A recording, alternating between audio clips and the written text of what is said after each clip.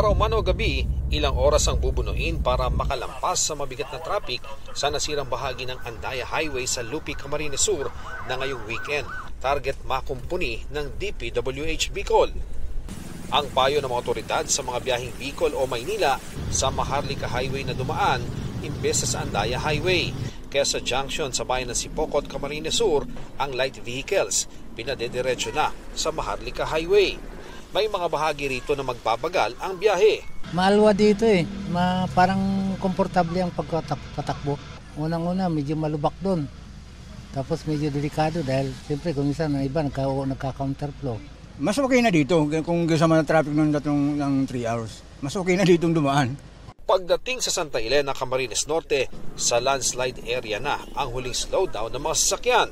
Mula doon sa Sipocot, Camarines Sur at dito sa bayan ng Santa Elena sa Camarines Norte, umabot lamang ng humigit kumulang 3 oras yung biyahe natin dito sa Maharlika Highway. Meron tayong naranasan na 4 na beses na paghinto at may average yan na mga 5 minutes every stop natin. So masasabi natin na kung ikukumpara doon sa Andaya Highway, mas mabilis talaga ang biyahe dito sa Maharlika Highway papunta man o paalis ng Bicol.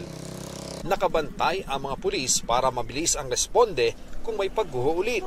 Pinadaraan naman sa Maharlika Highway ang lahat ng klase ng sasakyan maliban sa malalaking truck. Yung mga articulated trucks, yung po mabibigat at saka yung mahaba pong mga trucks, yung po muna po ang pinagbabawal po dito. Pero po yung mga bus, pwede na po dumaan dito.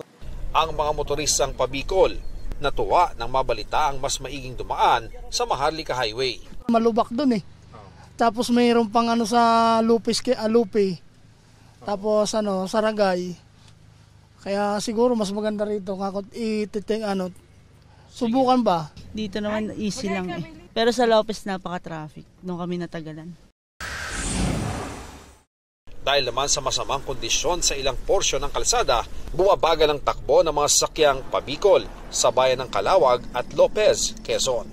Sa Lopez, light vehicles lang ang pwedeng dumaan sa Lopez Ondagua Road nang lumawak ang guho ng kalsada dahil pa rin sa mga pag-ulan. Ayon sa DPWH 4th District Engineering Office, agad nila itong aayusin para madaanan agad. Para sa GMA Integrated News, Ian Cruz, nakatutok 24 oras.